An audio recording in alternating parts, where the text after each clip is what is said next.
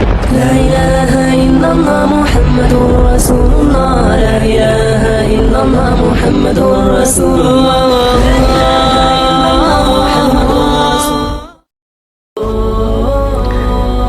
جنت کی حور اس ضمن میں آپ کے ساتھ ایک درس میں شیئر کر چکا ہوں، اور آپ سے میں نے کہا تھا کہ اس سلسلے کو ہم سٹارٹ کریں گے اور انشاءاللہ تعالی پھر کئی دروس میں اس کو تکمیل تک پہنچائیں گے. اللہ عز و جل ہماری مدد فرمائے. رب اشرح لی صدری ویسر لی امری واحلل عقدۃ من لسانی یفقہوا قولی. آج کے درس کی ابتدا سورہ بقرہ کی ایک آیت سے کرتا ہوں، آیت نمبر 25. اللہ عز و جل بشارت دیتے ہیں ان لوگوں کو جو ایمان لائے اور ساتھ انہوں نے نیک عمل بھی کیے. تو یہ دونوں چیزیں بہت بڑی شرط ہیں. بہت سارے لوگ کیا کہتے ہیں، کہتے بھی ہیں، سمجھتے بھی ہیں اور کرتے بھی ہیں کہ ہم ایمان لے آئے تو بس کافی ہے. ایمان تو لے آئے ہو، پھر اس پہ استقامت، اور استقامت جو ہے وہ اللہ عز و جل عمل سے نصیب فرماتے ہیں. تو اللہ سبحانہ و تعالیٰ فرماتے ہیں ایک جنرل رول ہے. کوئی اسپیسیفک ایگزامپلز، کچھ لوگ خاص ایگزامپلز دیتے کہ بھئی فلاں صحابی تو ایمان لائے اور ایک عمل بھی نہیں کیا اور پھر شہید ہو گئے تو ان کا درجہ، تو وہ ایک خاص بات ہے. لیکن جنیرک رول کیا ہے؟ اللہ سبحانہ و تعالیٰ نے جو قرآن میں ایک جنرل رول بنایا ہے، وَبَشِّرِ الَّذِينَ آمَنُوا، اور بشارت دے دے میرے پیارے نبی ان لوگوں کو جو ایمان لائے. یہاں بات رکتی نہیں ہے، آگے اللہ عز و جل فرماتے ہیں وَعَمِلُوا الصَّالِحَاتِ، اور وہ جنہوں نے نیک عمل کیے، اچھے کام کیے. ان کو کس چیز کی بشارت دے دیں؟ بشارت بھی ایسی جو بالتحقیق ہو، بے شک کے ساتھ.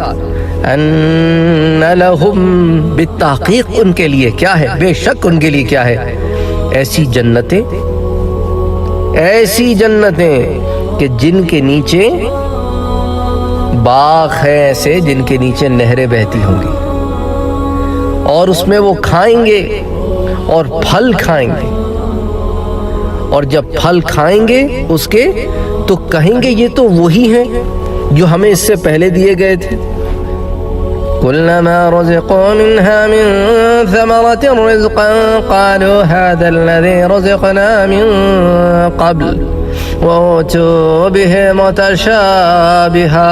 یہاں تک تو بات ہم پہلے بھی کر چکے ہیں. اب آگے جو اللہ عز و جل فرماتے ہیں وَلَهُمْ فِيهَا أَزْوَاجٌ مُطَهَّرَةٌ، ان کے لیے وہاں پر پاک بیویاں ہوں گی. اب دیکھیں بیویوں کی دو قسمیں. ایک بیوی تو وہ ہے جو آدم علیہ السلام کی اولاد ہے، وہ تو دو ملیں گی. جو دنیا میں رہ کے جنت میں گئی ہے وہ تو دو ملیں گی. اور حوریں ان کی تعداد اللہ نے معین نہیں کی، وہ بھی بیویوں ہی کے زمرے میں آئیں گی، تو وہ بھی پاکیزہ بیویاں ہی ہوں گی. لیکن یہ وہ عورتیں ہوں گی جو بنائی جنت میں گئی ہیں. انشاءاللہ آنے والے دروس میں آپ کو یہ بھی بتاؤں گا کہ حور بن کس چیز سے، کیسے اللہ نے حور کو بنایا.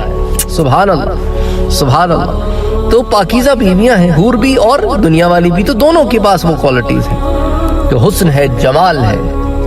جنت کی بیوی جو ابن آدم ہے، جو بنت آدم ہے، اس کے اوپر تو پوری سیریز ہو چکی ہے. تو اللہ تعالیٰ فرماتے ہیں کہ وہ جنت میں پاکیزہ بیویاں ہوں گی اور وہ اس میں ہمیشہ رہیں گے. یعنی کون؟ جنتی. تو اللہ تعالیٰ نے اپنے نیک بندوں کے لیے جنت میں بے شمار نعمتیں تیار کر رکھی. ان نعمتوں میں سے حوریں بھی ہیں. تو حور ایک نعمت ہے اللہ کی. اللہ تعالیٰ نے قرآن کریم میں مختلف مقامات پر حوروں کا ذکر فرمایا ہے اور ان کی مدح سرائی بھی کی ہے. کہیں حور العین سے تعبیر کیا، کہیں ان کے وصف میں فرمایا کہ بھئی یہ تو وہ ہوں گی کہ بھئی قاصرات الطرف العین، کہیں کہا کہ کأنہم الیاقوت والمرجان، اچھا کہیں کہا کہ خیرات حسان، اچھا کہیں قاصرات الطرف اطراب، کہیں ابکار، کہیں ان کو البید مکنون کہا، کہیں اللؤلؤ المکنون کہا. تو مختلف الفاظ سے اللہ سبحانہ و تعالی نے ان کی مدح سرائی کی کہ لم یطمثہن انس قبلہم ولا جان. مختلف اوصاف اور محاسن سے اللہ تعالیٰ نے انہیں بیان فرمایا. اس ضمن میں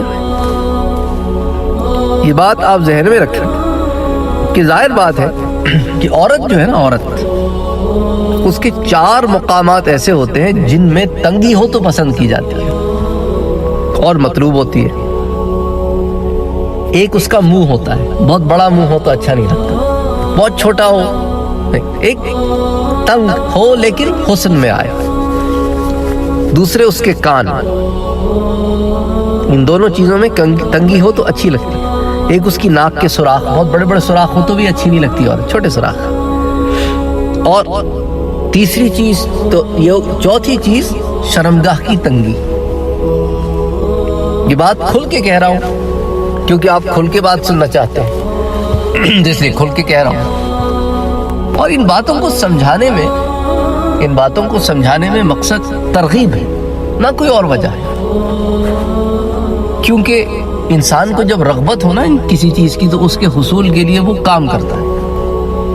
اور ایک اور بات آپ سے میں شیئر کروں گا آئندہ آنے والے دروس میں، کہ وہ لوگ جو حوروں کو پانے کی دعا نہیں کرتے، حور ان کے اوپر کیا تاثرات ظاہر کرتی ہے، اس پہ بھی انشاءاللہ بات ہوگی۔ تو بہرحال تو یہ 4 چیزیں ہیں جس میں تنگی مرد پسند کرتا ہے، عورت۔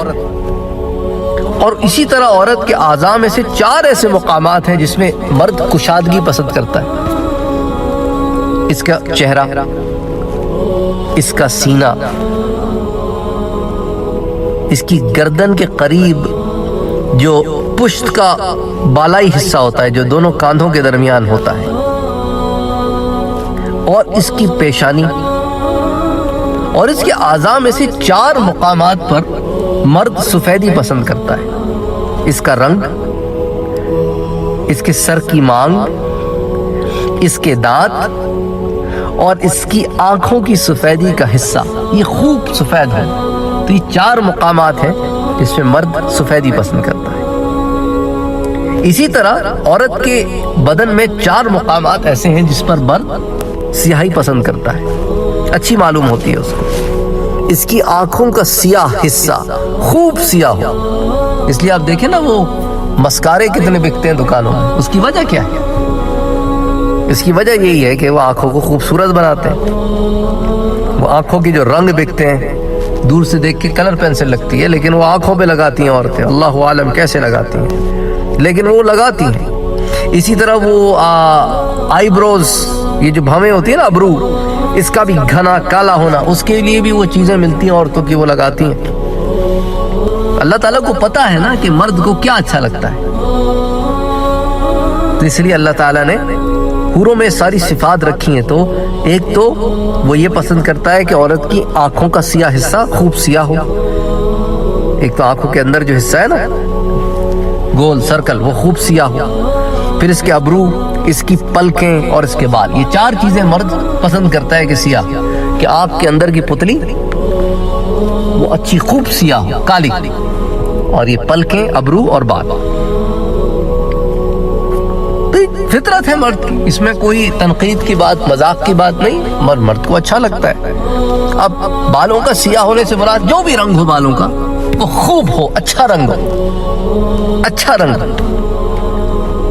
اچھا، اسی طرح عورت کے بدن میں 4 مقامات ایسے ہیں جس پر مرد باریکی چاہتا ہے۔ اور یہ تمام خصوصیات میں آپ کو کیوں بتا رہا ہوں؟ کیونکہ اللہ تعالیٰ نے تمام خصوصیات حوروں میں رکھی ہیں، اس لیے تفصیل سے بتا رہا ہوں، اور کوئی مقصد نہیں ہے۔ اس کو کوئی اور رنگ نہ دیں آپ خدا کے لیے، یہ بڑا مسئلہ ہوتا ہے۔ آپ کوئی چیز بیان کریں، لوگ اس کو رنگ کوئی اور چڑھا دیتے ہیں۔ تو 4 مقامات ایسے ہیں عورت کے بدن میں جس میں مرد باریکی چاہتا ہے، اس کی کمر میں، اس کی سر کی مانگ میں، اس کے ابروؤں میں، آئی بروز میں، اور اس کی ناک میں۔ اسی طرح عورت کے 4 مقامات اعضاء ایسے ہیں جہاں پر مرد لمبائی پسند کرتا ہے، اچھی لگتی ہے عورت، اس کا قد لمبا ہو، اس کی گردن لمبی ہو، اس کی بال لمبے ہوں، اور اس کی انگلیاں لمبی ہوں۔ اور عورت میں کچھ ایسے اعضاء ہیں، ایسے بھی 4 اعضاء ہیں جس میں مرد تقصیر یعنی چھوٹا ہونا پسند کرتا ہے۔ اور یہ چھوٹا ہونا ظاہر کے لحاظ سے نہیں بلکہ معنوی لحاظ سے، اور وہ اعضاء جو ہیں یعنی معنوی لحاظ سے، اس کی زبان کا چھوٹا ہونا، اس کے ہاتھ اور اس کے پاؤں اور اس کی آنکھیں، یعنی کہنے کا مقصد یہ ہے کہ اس کی آنکھوں کا چھوٹا ہونے سے مراد کہ اس کی آنکھیں جھکی رہیں، نہ کہ چھوٹی چھوٹی آنکھیں، آنکھیں جھکی رہیں، شرم و حیا والی آنکھیں، تو اس لیے کہا مانوی۔ اسی طرح اس کی زبان فضول گوئی نہ کرے، وہ زبان درازی نہ کرے۔ اس لیے آپ سے جو پچھلا درس بیان کیا تھا اس میں یہی کہا کہ حور جو ہے نا وہ اطاعت گزار ہو، اس کی آنکھیں صرف اس شخص کے اوپر ہوں گی جس کو وہ عطا ہوگی، ادھر ادھر نہیں بہکے گی اس کی نگاہ۔ اور ایک چیز پھر ہاتھ کا چھوٹا ہونے سے مراد کہ وہ فضول خرچ نہیں کرتے، ناپسندیدہ چیزوں کے لیے لینے اور خرچ کرنے سے وہ قاصر ہوتی ہے، تو ہاتھوں کا چھوٹا۔ اور پاؤں بہت کم گھر سے باہر نکالتی ہے، سارا وقت بازاروں میں پھرنے کا شوق اسے نہیں ہوتا کہ بس شاپنگ کراؤ، باہر لے کے جاؤ، بازار لے کے جاؤ، گھماؤ پھراؤ۔ ٹھیک ہے، گھومنا پھرنا ہر چیز ایک میانہ روی میں اچھی لگتی ہے۔ جا رہے ہیں، پورا دن نکل گیا بازار، تو اب یہ جو چیزیں ہیں نا، یہ میں بندے کی سائیکی بتا رہا ہوں آپ کو، خواتین کی سائیکی الگ ہے، لیکن اللہ نے جو جنت میں بنائی ہے نا عورت، اس کی سائیکی الگ ہے دنیا کی عورت سے۔ تو دنیا کی عورت جو ہے جو جنت میں جائے گی تو اپنے آپ کو یہاں کے لحاظ سے نہ سوچے بھئی یہاں تو میں یہ کرتی ہوں تو وہاں پر تم اثر نو بنائی جاؤ گی، اور جیسے قرآن نے تمہیں بتایا ہے، تمہارے بارے میں بیان کیا، ویسے بنائی جاؤ گی۔ تو تمہاری وہ تمام چیزیں تمہارے اندر سے اللہ تعالیٰ نکال کے تمہیں حسن و جمال کے اعلیٰ پیکر پہ بٹھا کے کھڑا کر دیں گے، اور تم تو افضل ہوگی حور سے، خوبصورت ہوگی حور سے، زیادہ بہتر ہوگی حور سے۔ بہرحال ابھی ہم حور کی بات کر رہے ہیں، تو یہ مقامات ہیں۔ اب ان اوصاف میں سے کچھ وصف بھی دنیا کی عورت میں پائے جائیں تو وہ عورت جو ہے اس کو اچھا تصور کیا جاتا ہے۔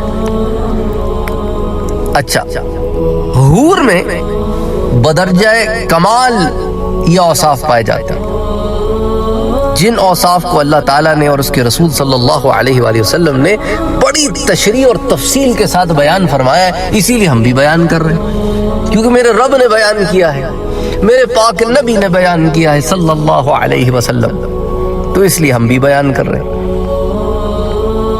اچھا، حور، جو لفظ حور ہے نا، حور وہ حورا کی جمع ہے، تو حور بذات خود جمع ہے،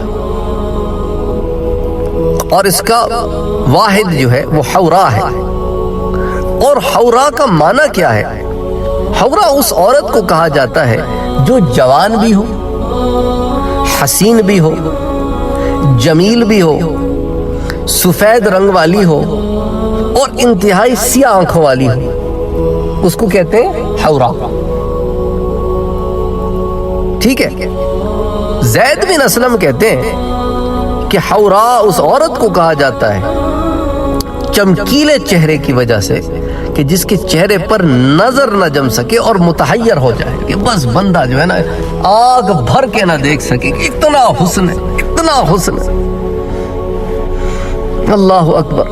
حضرت مجاہد رحمت اللہ علیہ کہتے ہیں، جو مشہور تابعی ہیں، حضرت عبداللہ ابن عباس کے شاگرد ہیں، وہ کہتے ہیں کہ حورا اس عورت کو کہتے ہیں جس کی نرم جلد اور رنگت کی صفائی کی وجہ سے نظر تحیر میں آ جائے۔ حضرت حسن بصری کہتے ہیں کہ حورا اس عورت کو کہتے ہیں جس کی آنکھوں کا سفید حصہ انتہائی سفید اور سیاہ حصہ انتہائی سیاہ ہو۔ حضرت مجاہد کہتے ہیں رحمت اللہ علیہ کہ حور العین وہ ہیں کہ جن کو دیکھ کر نظر حیران ہوگی، اور ان کے کپڑوں کے اندر سے بھی ان کی پنڈلی کا گودا نظر آ رہا ہوگا۔ ان کی نرم جلد اور صاف ستھری رنگت کی وجہ سے ان کی جانب دیکھنے والا اپنا چہرہ ان کے جگر میں دیکھے گا جیسا کہ آئینے میں دیکھتا ہے۔ سبحان اللہ، سبحان اللہ، سبحان اللہ۔ اب حور العین کا ذکر ہوا، اب یہ عین ہے۔ عین کیا ہے؟ عین یہ جمع ہے، حور العین جمع ہے۔ اس کا واحد عینا ہے، عینا، عین یا نون الف حمزہ، عینا۔ اب عینا ان عورتوں کو کہا جاتا ہے جن کی آنکھوں میں حسن اور خوبصورتی کی صفات جمع، تو عین کہتے ہیں نا عربی زبان میں آنکھوں کو، عین، آنکھوں، اعین الناس، اعین۔ تو اب عین جو حور عین والا ہے وہ خود جمع ہے، اور عینا جو ہے اس کا واحد ہے۔ حضرت مقاتل کہتے ہیں کہ عین خوبصورت آنکھوں والی عورت کو کہتے ہیں۔ علامہ ابن قیم فرماتے ہیں کہ عرب کے لوگ عین حوراء اس آنکھ کو کہتے ہیں جس میں سفیدی انتہائی سفید ہو اور سیاہی انتہائی سیاہ ہو۔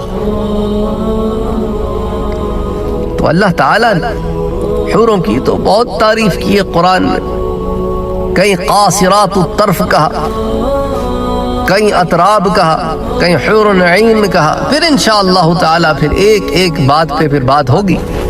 آج کے درس ہم یہیں روکتے ہیں، پھر اگلی دفعہ انشاءاللہ تعالیٰ پھر قاصرات الطرف اور اطراب اور عرب اور کواعب اور خیرات الحسان، ان کے اوپر انشاءاللہ بات کریں گے کہ ان کا کیا مطلب ہوتا ہے۔